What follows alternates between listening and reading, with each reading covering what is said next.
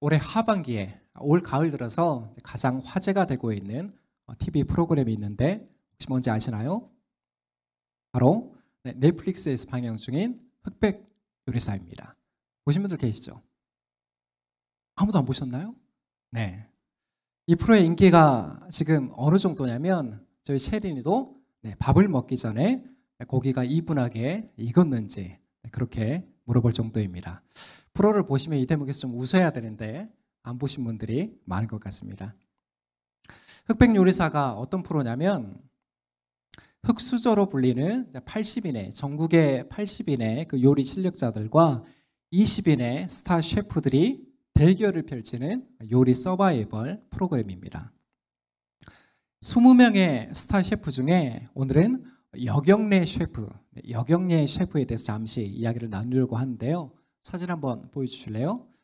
얼굴 낯익은 분들이 계실 겁니다. 화면에 보이는 인물이 여경래 셰프인데 참고로 그는 한국에서 태어나고 자란 대만 국적의 화교 출신입니다. 현재 요리 경력만 50년, 50년에 달하는 그야말로 한국 중식계의 전설적인 그런 인물로 불리고 있지만 그의 어린 시절이 어땠냐면 극빈자로 불릴 만큼 앞이 보이지가 않았다고 해요. 왜냐하면 그의 나이 6살 때 아버지를 교통사고로 잃게 되는데 너무나 안타깝게도 그 사고 장면을 직접 목격함으로 실제로 본 거예요. 아버지가 돌아가시는 장면을. 그래서 어려서부터 큰 트라우마를 안고 자라야 했습니다. 여러분 생각해 보세요. 하루아침에 기둥 같은 그 가장이 사라지니까 집안 꼴이 어떻겠습니까? 말이 아니었겠죠. 집은 비만 오면 물이 새는 반지하, 기생충에 나오는 그런 반지하에 살았고 화교들이 다니는 학교는 사립학교라서 학비가 좀 더 비싼 편입니다. 그래서 학비가 없어서 늘 눈치를 봐야 됐고 교복을 맞출 돈이 없으니까 선생님이 애들한테 얘기를 해서 돈을 걷어서 교복을 사야 될 정도로. 그리고 어머니가 막걸리 장사를 하셨는데 학교 끝나고 집에 돌아오면 먹을 거라고는 뭐밖에 없었을까요? 막걸리밖에 없으니까 거기에 설탕을 타서 먹는 게 간식의 전부였다고 해요. 게다가 3살 아래 남동생이 있는데 남동생도 셰프입니다. 그 남동생까지 챙겨야 되는 장남이기에 사실상 그는 어릴 때부터 소년 가장의 역할을 해온 셈이죠. 이후에 중학교를 졸업하니까 어머니가 불러서 이렇게 말했다고 합니다. 아버지가 없는 상태에서 내가 너희를 키우는 거는 여기까지니 너는 이제부터 기술을 배우도록 해라. 기술을 배워라. 그래서 어느 날 서울에서 왕서방 아저씨가 내려왔는데 그분을 따라 서울에 상경하여 중식집에 들어갔을 때가 그의 나이 16이에요. 이때부터 말 그대로 온갖 밑바닥 일부터 시작하여서 새벽까지 레시피를 외우고 연구하고 그렇게 코피 터지게 중식 일을 배우면서 버텨내니까 오늘날 대한민국 최고의 그 중식 명장의 자리까지 이른 것이죠. 16부터 50여 년이 이르는 순간까지. 그래서 언제 자기가 조금 삶의 여유를 맛봤냐면 한 40이 넘어서부터 그때야 비로소 이제 좀 여행도 가고 조금 어떤 음식 사 먹을 때 가격표도 안 보게 되고 그렇게 치열하게 하루하루를 살았다고 합니다. 그렇게 이런 밑바닥 스토리를 아는 시청자들은 실력만큼이나 품격 있는 그의 인자한 모습에 매료될 수밖에 없었던 것이죠. 오늘 우리가 읽은 누가복음 17장 이 본문에도 밑바닥 인생에서 기적 같은 회생을 맛본 한 인물이 등장하는데 먼저 그의 상태가 어떠한지를 우리가 살펴보도록 할 텐데요. 11절에서 우리 13절 말씀 다시 한번 함께 읽도록 하겠습니다. 시작. 예수께서 예루살렘으로 가시는 길에 사마리아와 갈릴리 사이로 지나가시게 되었다. 예수께서 어떤 마을에 들어가시다가 나병 환자 10사람을 만나셨다. 그들은 멀찍이 멈춰서서 소리를 높여 말하였다. 예수 선생님, 우리를 불쌍히 여겨 주십시오. 아멘. 오늘 사건은 예수님께서 예루살렘으로 가시는 길에 갈릴리와 사마리아 사이를 지나실 때 일어난 일입니다. 주님께서 이제 어떤 마을에 들어가시려다가 잠시 멈칫하시는데 그 이유가 뭡니까? 나병 환자 10사람이 멀찍이 서서 이렇게 큰 소리로 외쳤습니다. 뭐라고요? 예수 선생님, 우리를 불쌍히 여겨주십시오. 자, 여기서 주님의 반응을 살펴보기 전에 당시에, 1세기 당시에 나병 환자가 어떤 위치에 있었는지를 우리가 먼저 이해할 필요가 있는데요. 예전 개역 한글 성경은 나병을 뭐라고 번역했습니까? 나병을 문둥병이라고 번역했고, 오늘날에는 한센병이라고, 이 병을 최초로 발견한 의사가 한센이기 때문에 한센병이라고 부르고 있습니다. 우리 가까이에는 어떻습니까? 전남 고흥에 있는 소록도가 그 한센병 환자들의 수용소가 있는 섬으로 유명하잖아요. 저도 몇 년 전에, 2010년대 초반에 한번 다녀온 기억이 있거든요. 알다시피 한센병은 일명 나균에 의해서 발생하는 만성 전염성 질환입니다. 근데 예로부터 이 병이 왜 그토록 사람들로부터 혐오의 시선을 받아야만 했을까요? 첫째는 겉으로 보기에 어떻습니까? 살이 썩거나 피부가 무너져 내리는 그런 특성 때문에 그랬던 것이고, 둘째는 이 병과 관련된 나쁜 소문들이 많았기 때문이에요. 어떤 소문들이 우리나라만 해도 있었습니까? 문둥병 환자들이 어린아이들의 뭘 빼먹는다고요? 네, 간을 빼먹는다는 그런 괴담이 상당 기간 있을 정도였습니다. 그렇기 때문에 이 나병, 이 문둥병, 한센병은 구약시대나 혹은 고대 로마에서 철저히 하나님의 저주를 받은 병이라고 그렇게 인식됐습니다. 누구의 저주를 받은 병이라고요? 하나님으로부터 저주를 받은 병이다. 게다가 당시에는 예방을 위한 백신조차도 없었기 때문에 전염 그 가능성 때문에 완전히 마을에서 격리된 채 지내야 됐습니다. 오늘 13절에서 그들이 예수님께 큰 소리로 목청껏 외쳐야 됐던 이유가 바로 여기에 있는 거예요.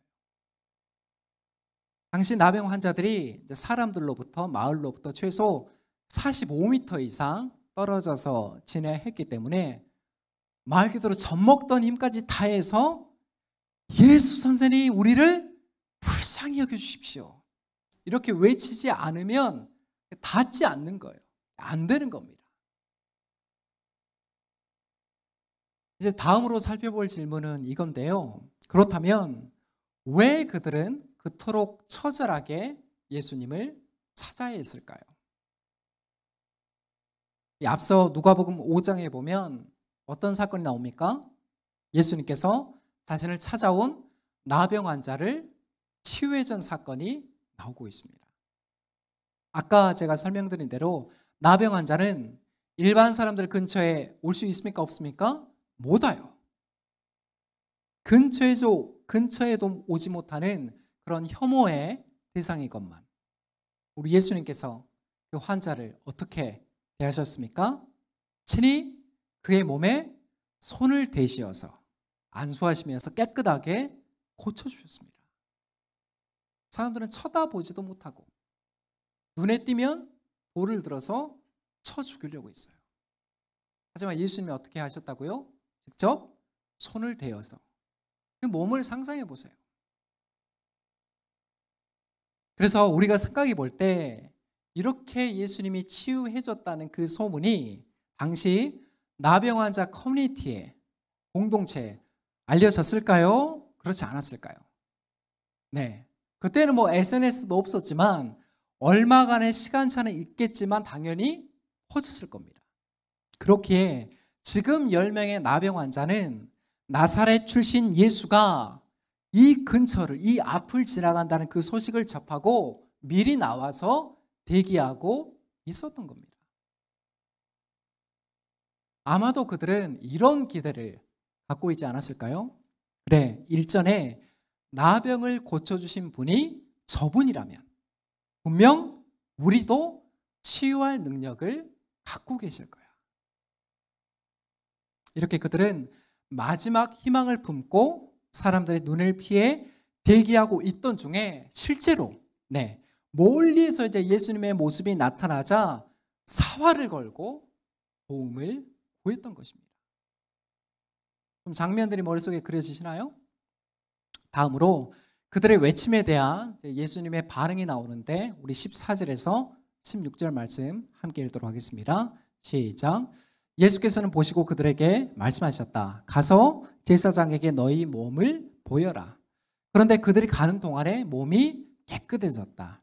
그런데 그들 가운데 한 사람은 자기의 병이 나은 것을 보고 큰 소리로 하나님께 영광을 돌리면서 되돌아와서 예수의 발 앞에 엎드려 감사를 드렸다. 그런데 그는 사마리아 사람이었다. 아멘. 비록 멀리에서 들리는 음성이지만 그 외침이 얼마나 절박했던지 예수님의 귀에 닿았습니다. 들렸던 거예요. 이어서 주님은 몸을 돌려서 그들을 주목하시며 이렇게 간단하고 명료하게 말씀하십니다. 뭐라고요? 가서 제사장에게 너희 몸을 보여라.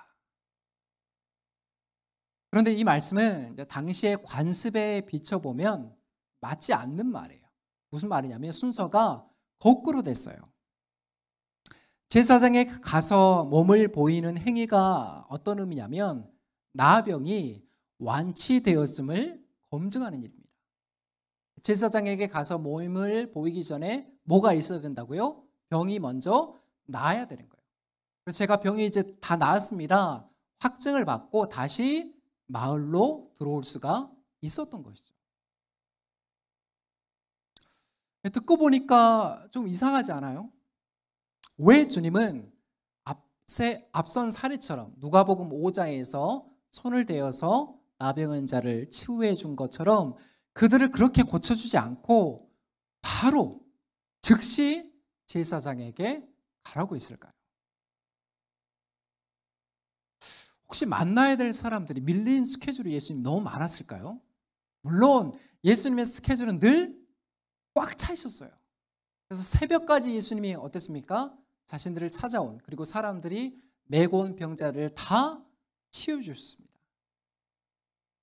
어쨌든 예수님의 그 말씀이 쉽게 납득이 되지 않는 그런 말임에도 10명의 나병 환자들은 즉시 말씀에 순종하여 누구에게로 갔습니까? 제사장에게로 갔습니다. 그런데 놀라운 사실은 그렇게 발걸음을 뚜벅뚜벅 옮기는 중에 무슨 일이 일어나게 되죠? 살이 썩고 진물이 흐르며 그 악취가 진동하던 그들의 몸이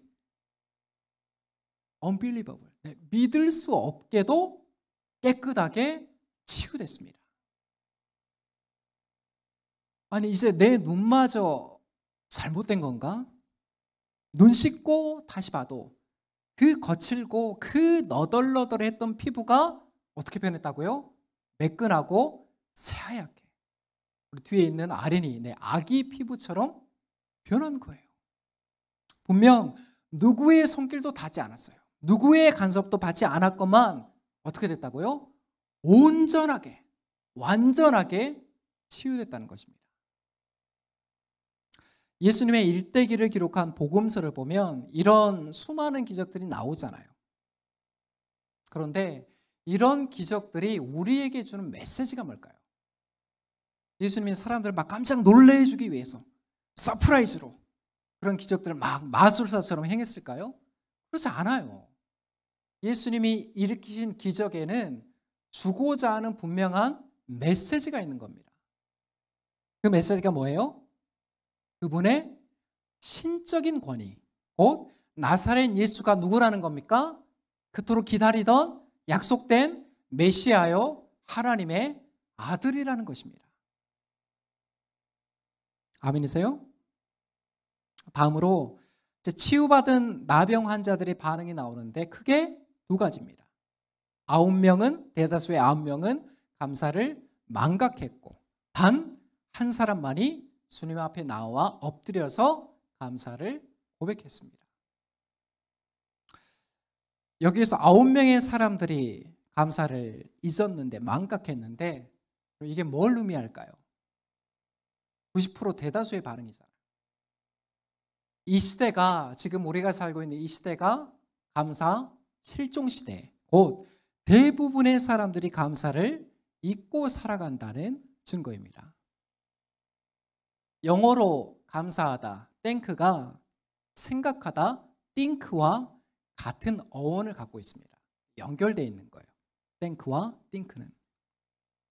그렇게 하나님이 주신 그 삶에 대한 진지한 사색과 돌아봄과 반성이 없이는 뭐가 불가능하다는 것입니까? 온전한 감사가 불가능하다는 거예요. 감사는 생각하지 않으면 안 된다는 거예요, 성립이.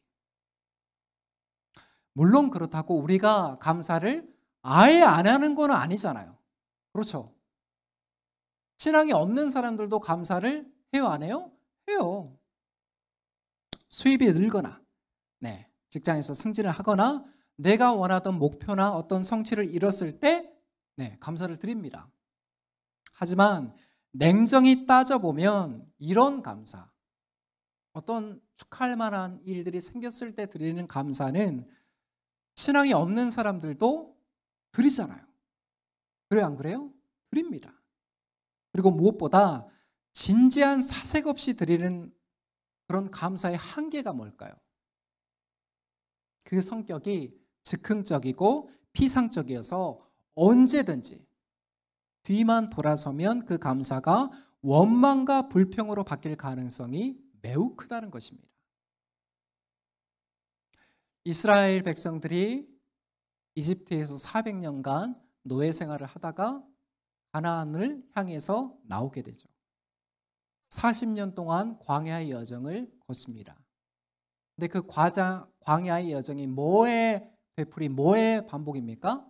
감사가 아니라 원망과 불평의 되풀이잖아요. 실제로 우리 주변을 둘러보면 어때요? 뭔가 눈에 보이는 열매가 있어야만 감사를 하는 사람들이 그게 대부분이에요.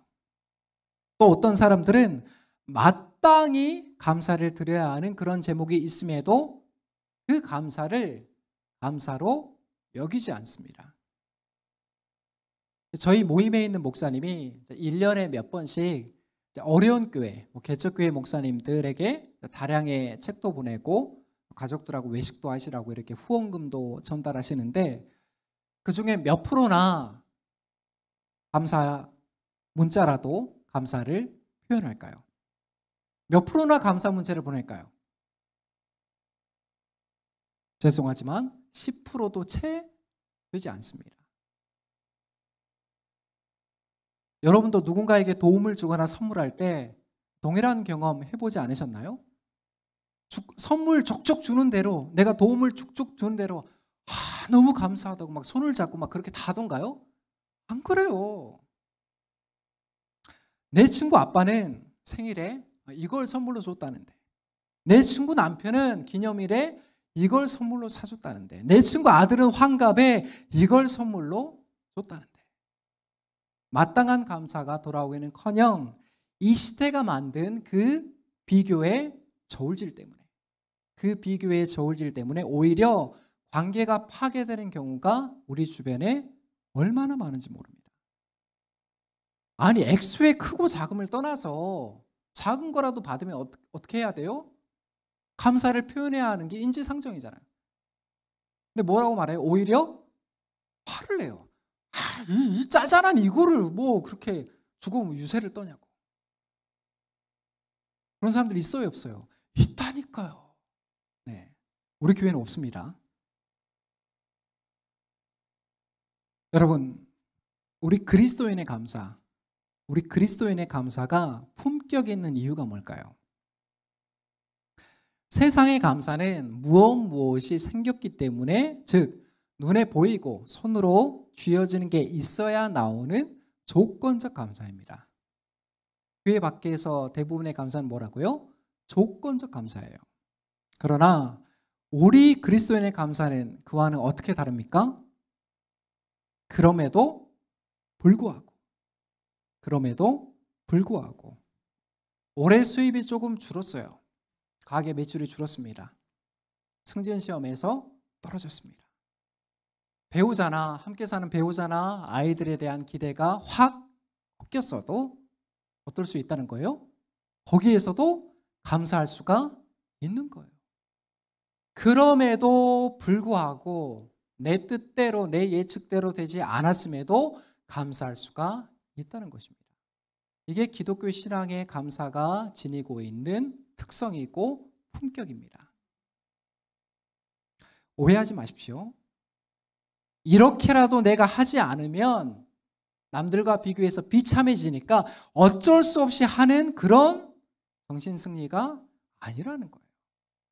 억지로 자아내는 감사가, 짜내는 그런 감사가 아니라는 겁니다. 비록 내 바람대로, 내 기대대로 되지는 않았지만 그럼에도 우리가 감사할 수 있는 궁극적인 이유가 무엇입니까? 잘 기억하세요. 우리 인간의 성취나 실패나 상관없이, 그런 거와 상관없이 그것을 넘어서 일하시는 하나님의 선하신 계획을 우리가 믿음으로 신뢰하기 때문입니다. 성취가 있으면 좋죠. 실패가 있으면 어때요? 그걸 통해서도 하나님이 우리에게 말씀하시는 뜻이 있잖아요. 그래서 성취나 실패를 넘어서 일하시는 그 하나님의 선한 계획을 우리가 믿음으로 신뢰하기 때문에 감사할 수가 있는 것입니다. 옛말에도 소년급제, 곧 어려서부터 성공하는 게 왜 독이 된다고 했습니까? 우리가 지금 보고 있잖아요. 일찍이 사법고시에 합격한 검사들을 뭐라고 불러요? 영감님이라고 해요. 영감님. 20대, 30대가 되기 전에 사법고시 패스하고 검사나 법조인이 된 사람들. 그 성공이 디폴트 값, 곧 기본값이 되어버리면 작고 소소한 일에 감사와 행복을 느끼지 못합니다. 잃어버려요. 지금도 어떻습니까? 러시아나 우크라이나, 이스라엘과 이란의 전쟁이 계속되고 있지만 그 안에서도 참 역설적인 진리가 뭔지 아십니까? 그 전쟁 중에도 들판에 꽃이 핀다는 거예요. 전쟁 중에도 꽃이 핍니다. 다시 말해서 우리 하나님은 그 불행한 역사 속에서도 어떻게 하신다는 거예요? 새로운 희망을 싹트게 하신다는 겁니다. 그게 끝이 아니라는 거예요. 이제 마지막으로 살펴볼 감사는 한 사람의 감사, 단 한 사람의 감사인데 17절에서 19절 말씀 함께 읽도록 하겠습니다. 시작. 그래서 예수께서 말씀하셨다. 10사람이 깨끗해지지 않았느냐? 그런데 9사람은 어디에 있느냐? 하나님께 영광을 돌리러 되돌아온 사람은 이 이방 사람 한 명밖에 없느냐? 그런 다음에 그에게 말씀하셨다. 일어나서 가거라. 내 믿음이 너를 구원하였다. 아멘. 예수님께 찾아와 엎드려서 감사를 고백한 그 한 사람에게 주님이 뭐라고 말씀하셨습니까? 분명 10사람이 깨끗해지지 않았느냐? 그런데 9은 어디 있느냐? 하나님께 영광을 돌리러 온 사람이 이 이방인, 이 이방 사람 한 사람밖에 없느냐? 참고로 16절에 보면 이 사람의 혈통을 어디라고 말하고 있습니까? 사마리아 사람이라고 밝히고 있습니다. 이번에 미국에서 큰 차이로 트럼프가 재선에 성공했는데 그 당선된 배경 가운데 큰 하나의 이유가 뭔지 아세요? 미국의 메인스트림 주류였던 그 백인 노동자들의 소득과 권리를 흑인이나 아시안이나 라틴계나 불법 이민자들이 다 빼앗아 간다는, 줄기차게 트럼프가 얘기했잖아요. 그 네거티브가 제대로 먹힌 거예요. 마찬가지로 1세기 당시에 주류였던 유대인들도 사마리아 사람들은 과거에 다른 민족들과 피가 섞였다는 그 이유 때문에 그들을 멸시하고 사람 취급도 하지 않았던 것입니다. 여전히 인종 갈등이 뿌리 깊게 남아있는 이유가 뭐예요? 색깔이, 컬러가 직관적으로 들어오잖아요. 여전히 미국에는 인종 갈등이 남아있습니다. 어쨌든 미국을 건국하여 세운 인종들이 누굽니까? 백인들이잖아요. 우리는 갈수록 일자리를 잃어가고 우리 소득도 줄어들고 있는데 아시안이나 라틴계나 흑인이나 이 사람들이 더 잘 나가는 거예요. 그러니까 백인 노동자들 안에 그러한 원망과 잠재되어 있는 분노가 선거를 통해서 터지는 것입니다. 자, 지금 주님께 나와 감사를 고백한 유일한 한 사람이 누구입니까? 정통성을 자부하는 그 유대인이 아니라 사마리아인이었다는 거예요. 비주류예요. 네, 주류가 아닙니다. 이게 뭘 뜻할까요?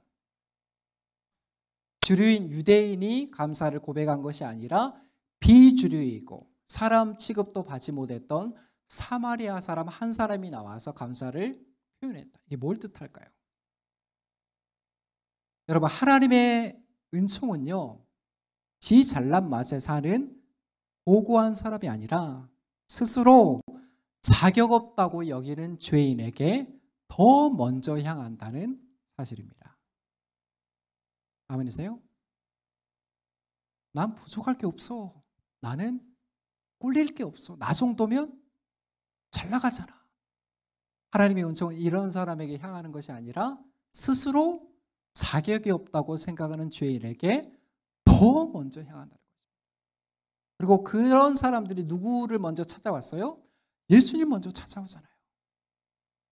다른 사람들은 괜찮다는 거예요. 살만하다는 거예요. 아직 재산이 있다는 거예요. 잘 나간다는 거예요. 죽지 않았다는 거예요. 그런 사람들에게는 하나님의 은총이 있지 않습니다. 자, 이제 결론입니다. 예수님께서 이 사마리아 사람에게 어떤 반전을 선물로 주십니까? 일어나서 가거라. 내 믿음이 너를 구원하였다. 육체의 치유를 넘어서 구원의 선물까지 주셨습니다. 그리고 이 구원이란 먼 미래에 있을 그런 막연한 천당이 아니라 하나님의 형상이 지금 회복되는 전인격적인 변화입니다. 또한 하나님을 아버지라 부를 수 있는 신분과 소속의 변화입니다. 여러분, 바울이 쓴 로마서를 보세요. 구원을 그 천당의 개념으로 그렇게 설명하지 않습니다. 하나님의 구원이 얼마나 다채로운지 여러 단어, 여러 비유, 여러 이미지를 차용해서 설명하는 거예요. 왜요? 하나님이 우리에게 허락하신 구원이 그만큼 놀랍도록 풍성함을 드러내기 위함입니다. 오늘 현대 기독교인들은 구원을 어떻게 축소시킵니까? 죽고 나면 들어갈 미래 천당의 개념. 죄송하지만 그런 개념은 불교에도 있어요. 불교에 극락의 개념이 있습니까? 없습니까? 있어요. 그런 개념이 아니라는 거예요. 예수님이 가르치시는 하나님 나라는. 시제가 미래, 우리가 죽고 나서 먼 미래도 향하고 있지만 동시에 어디를 조준하고 있다는 거예요? 지금. 그래서 예수님 지금 뭐라고 말씀하시는 거예요? 일어나서 가라. 내 믿음이 너를 지금 구원하였다. 현재형인 거예요, 구원은. 미래적인 동시에. 이 이중적인 개념을 알아야 되는 것입니다. 제가 길게 목회를 하지 않았지만 그래도 전도사 시절부터 목사가 되고 또 담임 목사가 된 이 기간들을 통해서 이렇게 말하는 분들을 적지 않게 만납니다. 목사님, 이번 일만 제가 잘 마무리되면 주일에 예배 빠지지 않게 나오겠습니다. 목사님, 지금보다 좀 더 여유가 생기면 제가 봉사하겠습니다. 목사님, 사업이 좀 안정되면 그때 밀렸던 11조나 성교원금이나 구제원금이나 다 드리겠습니다. 그런데 말입니다. 이런 약속들의 이행률이 얼마나 될까요? 오늘 감사를 고백했던 사마리아 사람처럼 10%도 되지 않습니다. 저는 거의 못 봤어요. 거의 못 봤습니다. 이유는 간단한데 여러분 잘 기억하십시오. 지금 하지 않는 헌신을 나중에 한다는 보장은 없습니다. 더 정확히 말하면 오늘 하는 사람이 나중에도 어때요? 나중에도 한다는 것이죠. 아니 그렇지 않나요? 지금도 안 하는 사람이 나중에 자신 있게 한다는 그 이야기는 사실 자기 기만이나 다름없다는 거예요. 마찬가지로 오늘 하나님께 감사하는 그 고백과 표현과 헌신이 없다면 죄송하지만 앞으로도 없습니다. 여러분 생각해 보십시오. 피조물인 너무 많은 연약함과 한계를 갖고 살아가는 우리가 어떻게 나중을 기약할 수 있으며 얼마나 미래가 우리에게 남아있다고 그렇게 자신할 수가 있단 말입니까? 안 그래요? 내년 추수감사주일에 이 자리에 100% 남아있겠다고 호언장담하시는 분들 한번 손 들어보세요. 없어요. 갈수록 이 지구촌이 예전에는 코로나 전에는 뭐라고 불렀습니까? 불확실성의 시대다. 팬데믹을 겪고 나서 어떻게 바뀌었어요? 초불확실성의 시대다. 아무것도 예측할 수 없습니다. 2차 대전이 종전하고 유엔이 생기고 이제 소련과 미국의 냉전이 끝나고 이제 글로벌은 평화로 나아갈 것이다. 다 그렇게 전망했습니다. 근데 지금 어때요? 미국이 이제 트럼프가 뭐라고 얘기했습니까? 이제 국제 분쟁에 관여하지 않고 Make America Great Again. 자국 우선주의로 우린 나가겠다. 어떻게 되든 말든지 굶어 죽든지 말든지 우리는 미국의 이익만 챙기겠다. 글로벌이 각자 도생의 시대가 되었습니다. 이런 형국에서 우리가 조건이 나아지면 우리가 시간이 더 많아지면 소득이 더 생겼을 때 하나님 그때 헌신하겠습니다라는 말은 말이 안 된다는 거예요. 그런 감사는 없습니다. 우리 인간이 가진 욕망의 속성은 내가 원하는 걸 얻게 되면 거기에서 만족하기는커녕 하나님에 대한 은혜와 감사를 망각한 채 더 큰 욕망을 따라 살아요. 사람은 그래요. 어느 지점에 이뤘으면 내가 만족할 거야. 평안할 거야. 이제 여유가 생길 거야. 그 자리에 섰어요. 만족되지 않아요. 그러면 더 허들을 높여서 더 위에 목표를 향해서 가게 되는 거예요. 그러다 인생이 끝나는 것입니다. 오늘 대다수의 9명이 감사를 망각했던 이유가 바로 여기에 있는 거예요. 오늘 예수님의 제자인 누가는 사마리아 사람이 드린 감사를 어떻게 구체적으로 기록하고 있습니까? 자기의 병이 나은 것을 보고 큰 소리로 하나님께 영광을 돌리면서 주님 앞에 찾아와 엎드려서 감사를 고백했습니다. 사실 지금 이 상황에서 이 사람이 갖고 있는 게 뭐가 있었겠습니까? 아무것도 없어요. 네? 말 그대로 집도 절도 없고 가족들에게조차 버림받았기 때문에 입술로 온몸으로 감사를 표현했던 방식이 그가 드릴 수 있는 최상의 감사였던 거예요. 그렇잖아요. 채린이가 아빠 생일이 되면 돈으로 감사를 표현할 수 없잖아요. 엽서에 그림 그리고 아빠 사랑해요, 생일 축하해요. 그 주는 엽서 카드가 아이에게는 뭐예요? 최상의 감사의 표현이에요. 오늘 사마리아 사람 이 사람도 가진 게 하나도 없어요. 그러니까 자기가 드릴 수 있는 거 뭐밖에 없어요? 몸.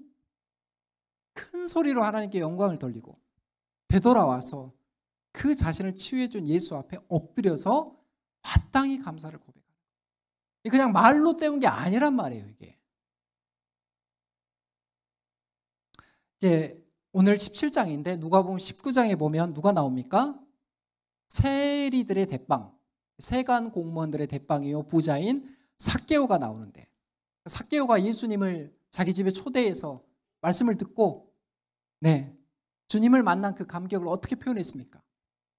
예수님, 내 소유의 절반을 가난한 사람들에게 나눠주겠으며 내가 지금껏 누구에게 강제로 빼앗거나 사기친 게 있으면 4배로 갚겠습니다. 이렇게 분명한 회개와 헌신을 고백하자 예수님 뭐라고 그에게 말씀하셨습니까? 오늘 구원이 이 집에 이르렀다. 이 사람도 아브라함의 자손이다.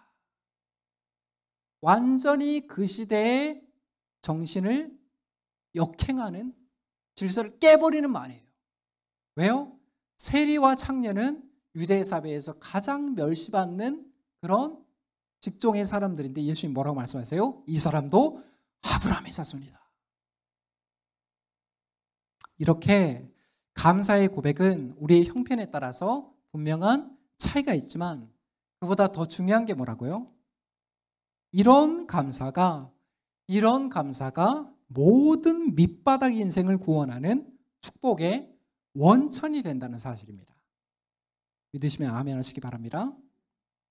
사랑하는 성도 여러분, 오늘 추수감사주일을 맞아서 여러분 어떤 감사의 제목들을 갖고 나오셨습니까? 지난주에 제가 주보에 감사헌금, 추수감사주일 헌금 봉투 미리 배부하면서 여러 차례 말씀드렸죠. 헤아리지 않으면 망각해요. 기록하지 않으면 나의 감사가 아닌 거예요. 올 한 해를 돌아볼 때 내 힘과 내 지혜대로 내 예측에 맞게 된 일이 얼마나 있던가요? 그렇기에 지금 우리가 어떤 상황에 서 있더라도 참된 감사는 한계가 없는 거예요. 제한이 없는 것입니다. 이 감사의 열매가 하나님께 올려질 때 주님의 그 놀라운 기적이 우리의 삶도 동일하게 풍성하게 채우리라 믿습니다. 바라기는 매년 기념하는 이 추수감사주의를 여러분 즉흥적이고 의무적으로 보내는 것이 아니라 더욱 깊어지는 그런 진실한 감사로 맞이하기를 주님의 이름으로 축원합니다. 우리 마지막으로 하박국 3장 17절에서 18절 말씀 함께 읽고 오늘 설교를 마치도록 하겠습니다. 시작. 비록 무화과 나무가 무성하지 못하며 포도나무에 열매가 없으며 감람나무에 소출이 없으며 밭에 먹을 것이 없으며 우리의 양이 없으며 외양간에 소가 없을지라도 나는 여호와로 말미암아 즐거워하며 나의 구원의 하나님으로 말미암아 기뻐하리로다. 아멘. 기도하겠습니다.